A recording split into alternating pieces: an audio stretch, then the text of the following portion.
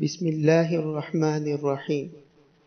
جب بازار میں داخل ہوں تو یہ پڑھیں: لا الہ الا اللہ وحدہ لا شریک لہ لہ الملک ولہ الحمد یحیی ویمیت وہو حی لا یموت بیدہ الخیر وہو علی کل شیء قدیر۔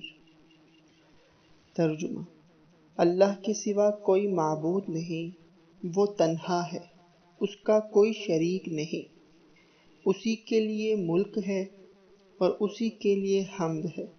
وہی زندہ کرتا ہے اور مارتا ہے، اور وہ زندہ ہے، اسے موت نہ آئے گی۔ اسی کے ہاتھ میں بھلائی ہے اور ہر چیز پر قادر ہے۔